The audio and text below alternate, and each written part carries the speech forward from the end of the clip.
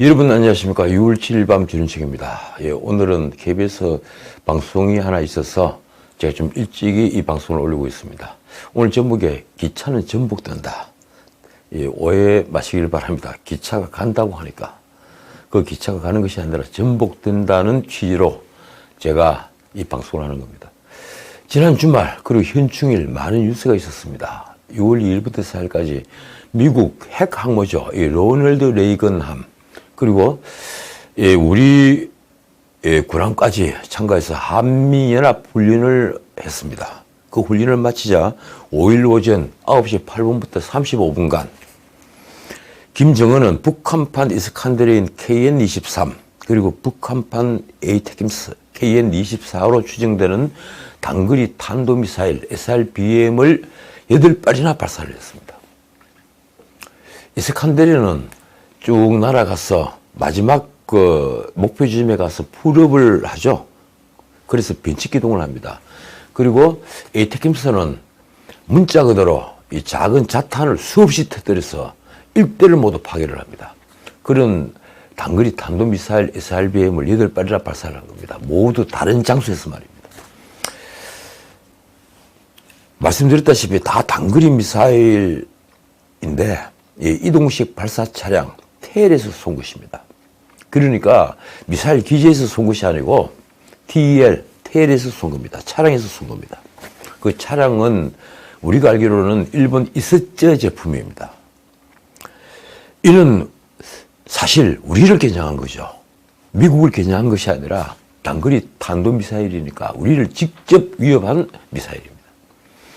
또 이 평양 수랑과 개천, 그리고 개천은 평남이 있습니다. 그 동창리, 평북, 함흥, 이 함남이죠. 함남, 함흥 등 4곳에서 2발씩 쏘았는데 북한 곳곳에서 동시에 이 한국을 초토화할 핵 타격 미사일을 발사할 수 있어서 이 한미 요격망을 돌파할 수 있음을 과시를 한 겁니다. 미국의 확장 억제로 저지할 수 없다는 것을 보여주려 한 것이죠. 이번 북한 미사일은 최대 고도가 불과 25km에서 그리고 높이 올라갔을 때 90km까지 아주 다양합니다. 그러니까 이 낮은 고도로, 그러니 저고도로 비행 방식이 완전히 다른 미사일을 동시에 발사하면 현재의 우리 한미 방어망인 사드 미사일, 그리고 패트리엇 3, 그리고 천궁 1호는 도저히 막을 수 없다는 것입니다. KN-23, KN-24 미사일과 그리고 KN-25도 있죠. 이게 초대형 방사포입니다. 주로 300km를 날아갑니다. 그리고 최대 비행고도가 불과 25km에서 62억 km로 매우 낮습니다. KN-23은 목표 지점 직전에 아까 말씀드렸다시피 급상승하는 풀업 변칙 기동을 하기 때문에 더 위험합니다. 솔직히 말해 북한의 개전 징후가 포착되면 우리는 망설이지 말고 선제 타격하는 방법 외에는 방어할 방법이 없는 것입니다. 누가 뭐라고 해도 말입니다. 선제 타격은 무조건 해야 합니다. 그런데다 이번 미사일은 북한이 1킬로톤에서 5킬로톤 정도의 소형화되고 경량화된 그리고 고도화된 전술핵을 완성하면 이를 탑재할 수 있는 미사일입니다. 실제 소형 핵무기 실험이 임박했다는 뉴스가 잇따르고 있습니다. IAEA도 북한의 핵실험 징후가 있다고 말했습니다. 김정은이 노리는 것은 무엇일까요? 이미 김정은은 도발로 미국에게서 반대 급부를 받아내기 어렵다는 것을 알고 있습니다. 그리고 자신들이 만약에 전쟁을 치른다면 소멸할 수도 있다, 아니 소멸할 것이다 이런 것도 알고 있습니다. 윤석열 정부도 문재인과 달리 북한이 태도를 바꾸지 않는 한 먼저 손을 내밀지는 않을 것입니다. 그렇다면 김정은은 무엇 때문에 지금 자신의 패를 내보이는 걸까요? 우리는 이런 미사일도 있고 이런 미사일도 있다. 그리고 여기저기서 이렇게 쏠 수 있다. 왜 자신의 패를 내보일까요? 저는 그만큼 김정은이 초조해져 있다고 생각합니다. 계속된 제재에다가 무엇보다 코로나 사태로 지난 3년 국경을 폐쇄하면서 북한 경제는 지금 최악입니다. 문자 그대로 재앙입니다. 거기에다 최근 코로나 확산으로 북한 사회는 더욱 뒤숭숭해졌습니다. 그런데 구소련이 와야 되고 2,000여 개의 핵무기를 모두 반출했던 우크라이나. 이 우크라이나는 구소련이 핵무기를 거의 절반 이상을 갖고 있었죠. 이 우크라이나가 핵무기를 모두 반출한 뒤에 지금 러시아로부터 공격받는 걸 본 김정은이 핵무기를 포기할 가능성은 더욱 희박해졌습니다. 이렇습니다. 경제는 최악인데 핵무기를 포기할 수 없다. 그러니 미국이 협상에 나서게 하려면 미사일 도발 외에는 달리 방법이 없다. 마침 윤 대통령은 CNN과의 인터뷰에서 북한에 손을 내밀었습니다. 우리는 북한을 망하게 하려는 것이 아니라 공동 번영을 이루고자 하는 것이다. 공은 김정은의 코트 안에 있다. 공은 이미 김정은에게 넘어갔으니까 자, 김정은이가 지금 마음을 달리 먹고 이제 협상에 나와 달라 이 얘기죠. 그래서 이제 김정은의 마지막 도박이 시작됐다고 저는 생각합니다. 우리는 북한 도발 직후에 국가안보실장 김성한 주재로 NSC 상임위를 열었습니다. 여기서 제가 한 말씀 좀 드려야겠습니다. 솔직히 NSC의 축인 윤 대통령 그리고 김성한 안보실장 두 분 다 군사 지식은 없는 분들입니다. 김성한 안보실장은 정치학을 전공하신 분이죠. 물론 안보관계 일은 했습니다만 말입니다. 어떻든 문재인 정부에서 정의용, 서훈 두 사람보다는 낫지 않겠습니까? 윤 대통령은 대통령실 지하 이 국가위기관리센터에서 열린 NSC 상임위에 가서 회의 중에 결과를 보고받았습니다. 그리고 한 말이 이렇습니다. 상시 대비 태세를 확고하게 유지하고 한미 미사일 방어 훈련을 포함한 한미 확장 억제력과 연합 방위 태세를 지속적으로 강화해 나가라. 근데 연합 방위 태세를 지속적으로 강화해 나가는 것은 우리 마음대로 되는 것이 아니죠. 윤 대통령은 페이스북에도 같은 취지의 글을 올리기까지 했습니다. 아마 국민들을 안심시키기 위해서일 겁니다. 어떻든 우리도 맞대응에 나섰습니다. 한국과 미국은 현충일인 6일 사거리 300km인 에이테킴스 미사일 8발을 발사했습니다. 오늘은 F-35A 20대가 이 무력 시위를 벌였습니다. 8발 미사일을 대응 사격한 것은 단순한 비례원칙을 넘어 그러니까 북한이 8발 쏘니까 우리도 8발 쏜다 이런 비례원칙을 넘어 북한이 미사일을 발사한 도발 원점을 정밀 타격한다는 개념입니다. 그런데 북한의 일부 발사 지역은 에이테킴스의 최대 사거리에서 벗어났습니다. 예를 들면 이 동창리가 그렇죠. 그렇더라도 5월 25일 북한이 화성 17형 ICBM과 KN-23 미사일을 쐈을 때 우리가 현무 2 미사일 그리고 미군이 에이테킴스를 각 한 발씩 발사한 것에 비하면 대응 강도가 높아진 것입니다. 어떻든 현재로서는 200기 이상에 달하는 북한의 이동식 발사대에 대해 뚜렷한 대처 방안은 없습니다.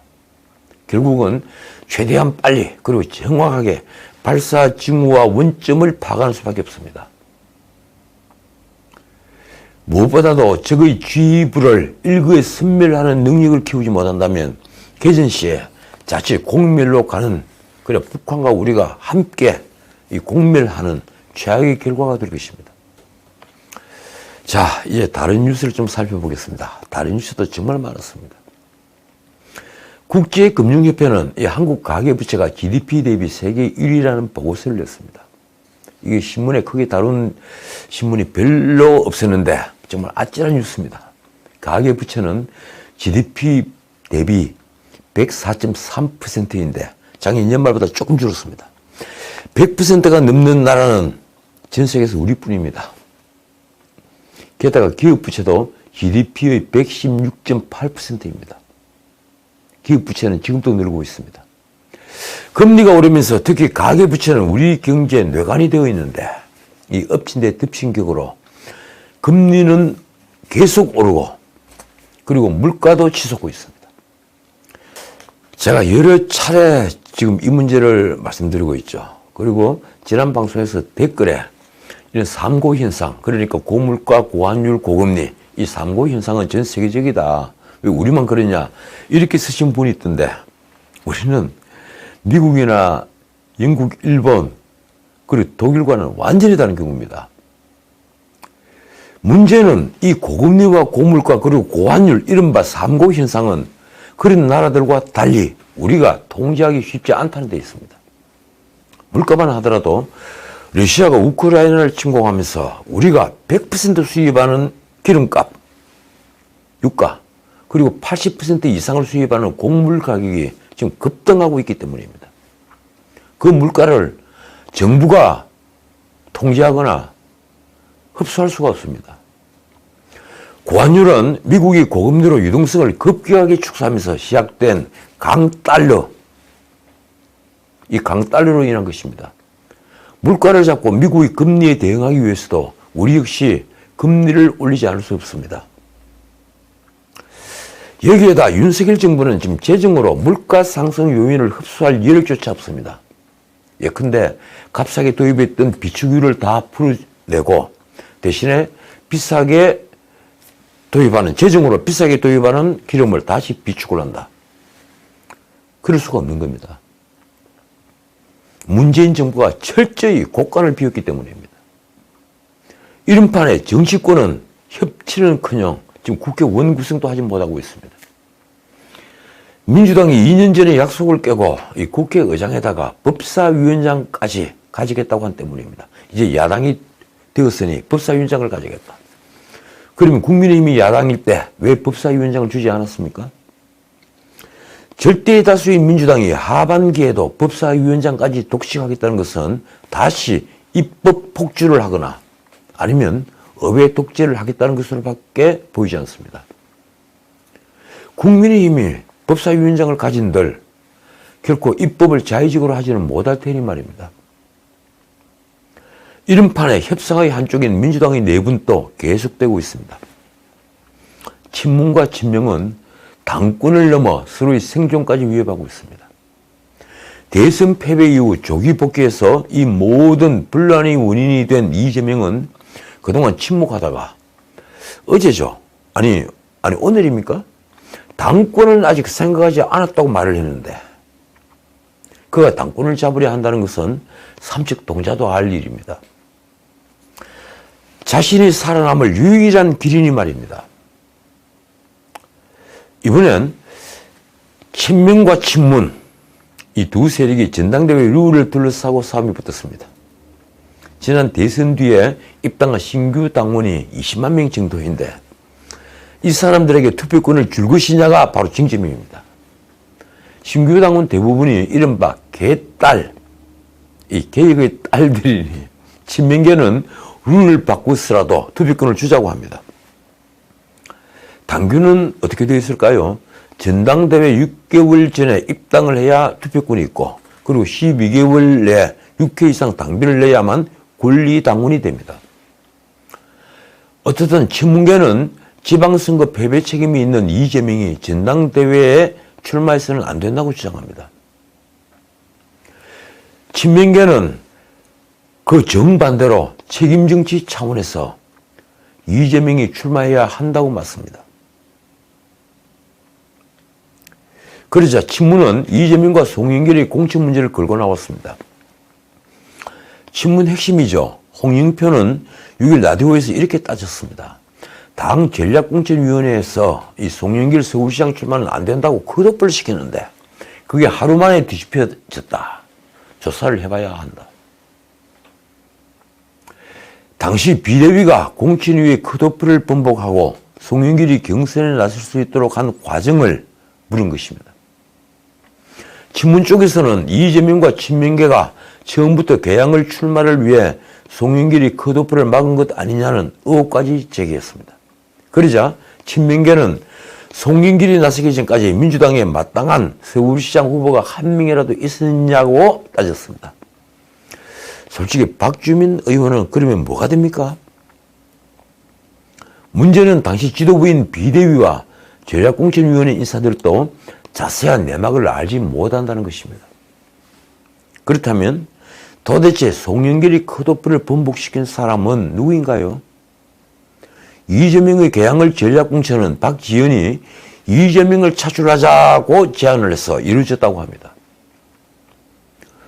어떻든 지금 2달짜리 혁신 비대위원장은 오늘 우상호가 맡게 되었습니다. 그 역시 과거의 386, 지금의 586입니다. 이로써 8월 전당대회 당권 경쟁은 본격적으로 막이 올랐습니다. 자, 어떻게 될까요? 어떻든 또 하나 문제로 이 민주당 내홍의 지도부 공백이 이어지면서 여야 협상을 지체시켰는데 국회는 원구성을 못하고 그 바람에 인사청문회마저 하지 못하고 있습니다. 인사청문회 대상은 4명이죠. 지금 박순애 교육부 장관 후보자, 김승희 복지부 장관 후보자, 그리고 김창기 국세청장 후보자, 김승겸 합창부장 후보자, 이 4명인데 요즘 박순애 후보자의 음주운전 진력으로 시끄럽습니다. 이 만취 운전을 하고 선고유예를 받은 것인데 하필이면 교육부 장관 후보자이니 말입니다. 국민의힘은 5일이 인사청문 기한인 김창기 국세청장의 경우 다시 청문 경과 보고서 송부 요청을 한 다음에 청문회 없이 임명을 하겠다고 했습니다. 그런데 이 국민의힘도 조용하지만은 않습니다. 여당의 주류가 된 윤핵관들, 윤석열 대통령의 최측근 이 윤핵관이 우크라이나에 간 이준석을 비판했습니다. 이준석이 지방선거 직후에 느닷없이 혁신위를 내놓은 것이 바로 자기 정치라는 것입니다. 솔직히 저도 좀 놀랐습니다. 때 아니게 혁신이 탄영을 하고 있으니 말입니다. 지금 2년이나 남은 총선 공천 기준을 혁신하겠다는 건 무슨 까닭입니까? 과거에는 공천 기준이 없어서 공천을 그렇게 엉망으로 한 건가요? 결국은 이준석을 중심으로 한 당권파가 자신들이 몫을 챙기겠다는 것 아닌가요? 단적으로 한 예를 들겠습니다.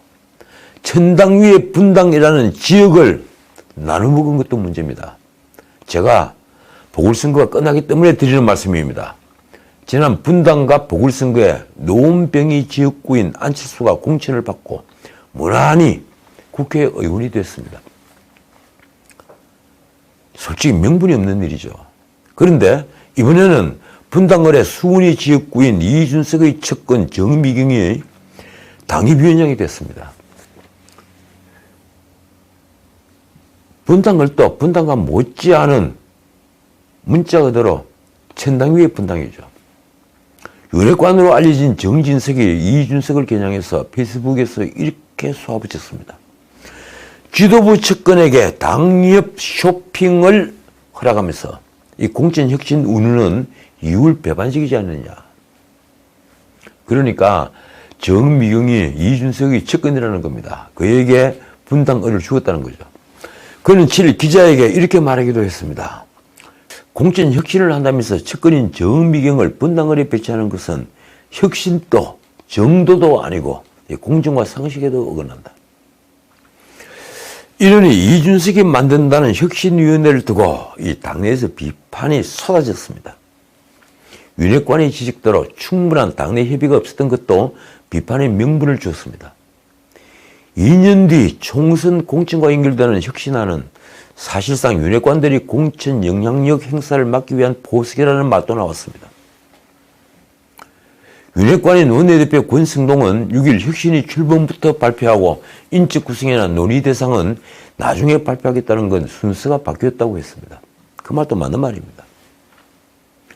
정진석은 2024년 총선에서 혁신개혁 변화도 중요하지만 굳이 우선순위를 따진다면 윤석열 정부의 보탬이 되는 여당의 역할을 먼저 고민해야 하지 않겠느냐고 말했습니다.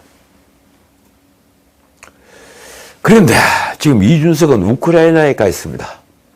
도대체 그는 왜 그곳을 갔을까요? 윤 대통령의 특사 자격도 아닙니다. 그런데 특별히 집권 여당 대표가 전쟁을 치르고 있는 곳에 갈 이유도 없습니다. 다시 정진석의 비판입니다. 정부와 청와대의 외교안보 핵심 관계자들은 대부분 난색이었다고 한다. 자기 정치 그 이상 또 그 이하도 아니라면 보통 문제가 아니다. 그러니까 주변에서 모두 말렸다는 겁니다. 우크라이나 같은데 가지 마세요. 왜 갑니까? 다 말렸다는 건데, 자기 정치를 하기 위해 그 우크라이나에 갔다는 겁니다. 솔직히 정부 외교 관계자가 난색을 표시한 거라면 이준석은 자기 정치를 하고 있다는 비난을 받아 마땅합니다. 이준석은 현지 시각으로 6일 새벽 5시쯤 페이스북에 이렇게 썼습니다. 어차피 기차는 갑니다. 이 말 하신 분들 많죠? 지금 대구시장이 된 홍준표도 이 말을 즐겨합니다. 개가 지지도 기차는 간다. 제가 장담하겠습니다. 그 기차는 100% 전복될 것입니다. 정도를 걷지 않는 기차, 궤도를 달리지 않은 기차는 전복합니다. 솔직히 정상적으로 당권이 1년 뒤에 넘어가더라도 다음 총선 공천은 차기 당대표가 결정할 문제입니다. 왜 지금 이준석이 감나와라 대추나와라 합니까? 왜 벌써 이준석이 나서는 걸까요? 이준석은 박근혜 대통령 당시에 호가호위하면서 사기꾼들로부터 성상납을 받은 의혹에다가 그 증거를 인멸하기 위해 증인을 매수한 사실까지 폭로됐습니다. 솔직히 이준석부터 박근혜 대통령을 배신했다는 말이 많죠. 저는 그런 이준석이 당대표를 하는 것을 도무지 이해할 수가 없습니다. 검찰 기록에 나와 있는 성상납 사실이 은폐될 수 있다고 보는 걸까요? 저는 정말 젊은 그가 성공하기를 기대했습니다. 큰 정치인으로 크기를 말입니다. 그러면 정도를 그려야죠. 큰 길을 그려야 됩니다. 설령 공소시효가 지난 문제라고 하면 당대표가 그런 범죄를 저질러도 면책이 되는 것입니까? 성상납과 증거인멸 행위가 사실이라면 그것도 서울이 아닙니다. 성상납을 받기 위해 기록에는 2회나 대진으로까지 간 것으로 되어 있습니다. 그게 사실이라면, 그리고 증거인멸 행위가 또 사실이라면 이준석은 새 정부는 물론 국민의힘에 더 이상 짐이 되지 않기 위해서라도 정치판에서 물러나야 합니다. 그건 선당 후사 이전에 기본적인 도덕률입니다. 자, 이제 오늘은 좀 다른 얘기를 하겠습니다. 얼마 전에 윤 대통령이 약간 늦게 출근했다는, 그래서 비판을 한 이들이 있었죠. 게다가 이틀 전엔 김건희 여사가 이 반려견들과 대통령 집무실에 방문한 그 당시 찍힌 사진이 논란이 됐습니다. 김어준은 놀러 가는 곳 아니다라고 말했습니다. 물론 대통령실에 놀러 가는 곳은 아닙니다. 그러나 김건희 여사는 대통령 부인입니다. 대통령 부인의 반려견과 함께 남편이 근무하는 대통령실을 방문하지 못한 데서야 말이 되는가요? 대통령은 24시간 근무하는 자리입니다. 그러니 솔직히 출퇴근 개념이 없습니다. 런던 다우닝가 10번지는 영국의 통치권자인 수상, 프라임 미니스터, 이 수상의 관저입니다. 1732년 조지 1세가 총리 로버트 월폴에게 하사한 뒤로 총리 관저로 사용되고 있습니다. 조지 1세는 영어를 거의 못해서 이 로버트 월폴을 아주 신임했다고 하는군요. 로버트 월폴은 현재와 같은 내각제 초대 총리라고 할 수 있습니다. 다만 윈스턴 처칠이 처음 집권한 2차 대전 때는 이 안전 때문에 주로 벙커에서 직무를 했고, 주거 공간이 좁아 자녀가 많은 토니 블레어는 관저가 비좁다는 이유로 인근의 다른 집에서 거주했습니다. 데이비드 캐머런은 재무장관 때 살던 바로 옆집 다우닝가 11번지에서 그대로 살았습니다. 다우닝가는 영국 정부를 칭하는 말입니다. 대명사죠. 미국의 백악관, 우리의 청와대처럼 말입니다. 제가 자료를 읽어보니 다우닝가 10번지는 겉은 일반 주택인데 1층은 접견실과 비서실, 그리고 2층은 국무회의실, 3층은 관저입니다. 검은색 현관문은 세상에서 가장 유명한 현관문으로 소문나있습니다. 매 2년마다 그 현관문을 간다고 그러죠. 다우닝가 10번지는 11번지 재무장관 집무실과 내부로 연결되어 있습니다. 9번지에는 집권당 원내대표의 집무실이 있고 그 옆 건물은 외교장관 집무실입니다. 그러니까 재무장관과 외교장관, 그 원내대표의 사무실이 다 같이 붙어 있는 겁니다. 총리관저와 함께 말입니다. 총 200m 다우닝가 건물들은 모두 중앙부처 건물들인데 맨 끝이 복지부 그리고 교육부입니다. 독일 총리 집무실은 베를린 연방총리청이라는 큰 건물 7층에 있습니다. 거주 공간은 같은 건물 8층에 있습니다. 이 연방총리청에는 강요들의 방들이 대부분 있고 언제든 회의를 열 수 있습니다. 미국 백악관도 집무실이 있는 2층과 관저인 3층은 한 건물입니다. 국무회의도 웨스트 윙에서 열리죠. 부통령도 웨스트 윙에 있습니다. 펜실베니아가에 있는 강요 집무실은 대부분 걸어서 5분 거리입니다. 백악관 잔디밭을 가로지르면 그보다 더 짧게 걸린다고 그러죠.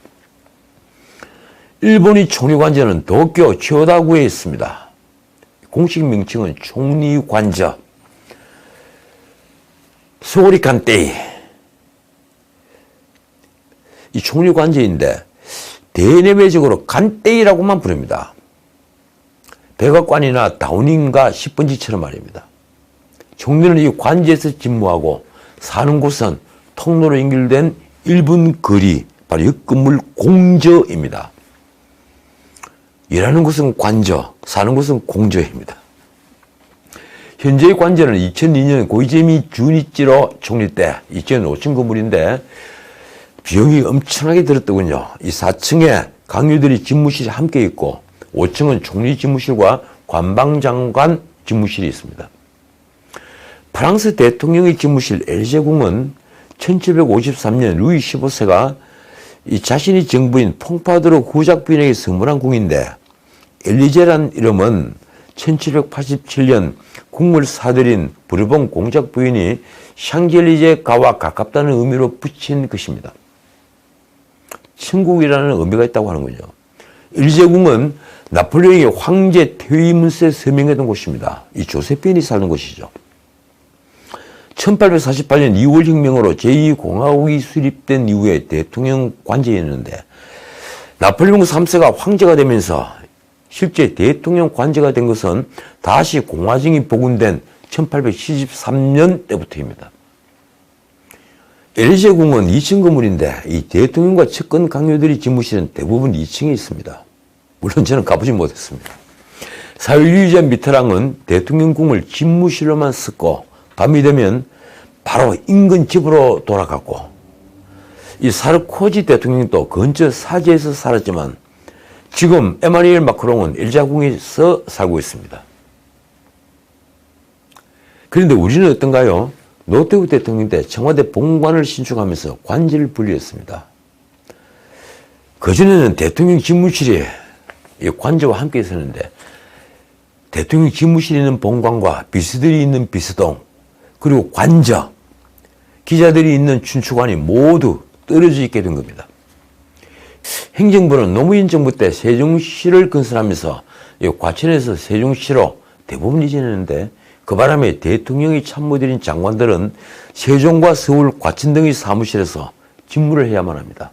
서울에 있는 사무실은 대부분 임시 사무실들이죠. 전 세계에서 보기 힘든 행정의 비효율인데 이 진짜 문제는 국가 위기 상황에서 대응 능력이 현저하게 떨어진다는 것입니다. 대통령이 한남동 관저가 준공되어도 이 집무실과 3km가 떨어져 있습니다. 대통령실의 주요 장관들이 집무실도 없습니다. 이왕 대통령실을 옮겼다면 바라건대 이 청사 뒤편에 관저를 짓고 이왕이면 경제안보 관련 장관들도 그 빌딩에서 함께 집무를 했으면 합니다. 집무실과 관저가 함께 있는 것은 경호 문제도 있지만 국가 위기 상황에서 대응 능력을 높이기 위해서입니다. 자, 오늘은 여기까지입니다. 이 문재인의 양산 집 앞 보수단체들의 욕설 집회를 둘러싼 논란이 이어지자 민주당이 집시법 개정안을 발의했습니다. 사슬들이 일제히 두들겨 패더군요. 윤희숙 전 의원이 한마디 했습니다. 문재인의 인권만 중요한가? 문재인과 민주당은 과거 이명박 대통령 집 앞에서 4개월째 시위가 벌어졌을 때 뭐라고 했던가요? 그때 부추기지 않았습니까? 문재인 부부는 5월 31일 양산경찰서에 보수단체 소속 회원 등에 대한 고소장을 제출했습니다. 명예훼손과 이 살인 및 방화 협박, 집시법 위반 등의 죄명입니다. 한병도, 윤건영 등 이 청와대 수석 등을 지낸 의원들 그리고 민영배도 이 양산경찰서를 항의 방문했다고 합니다. 솔직히 참 가지가지합니다. 역지사지. 이 말 다들 알고 계시죠? 역지사지. 그러고 보니 대통령은 그릇이 달라야 합니다. 진작 이 말이 참뜻을 알았으면 얼마나 좋았겠습니까? 그걸 알았다면 박근혜 대통령이나 MB를 임기 내내 감옥에 두지는 않았겠죠. 지금까지 전은식이었습니다.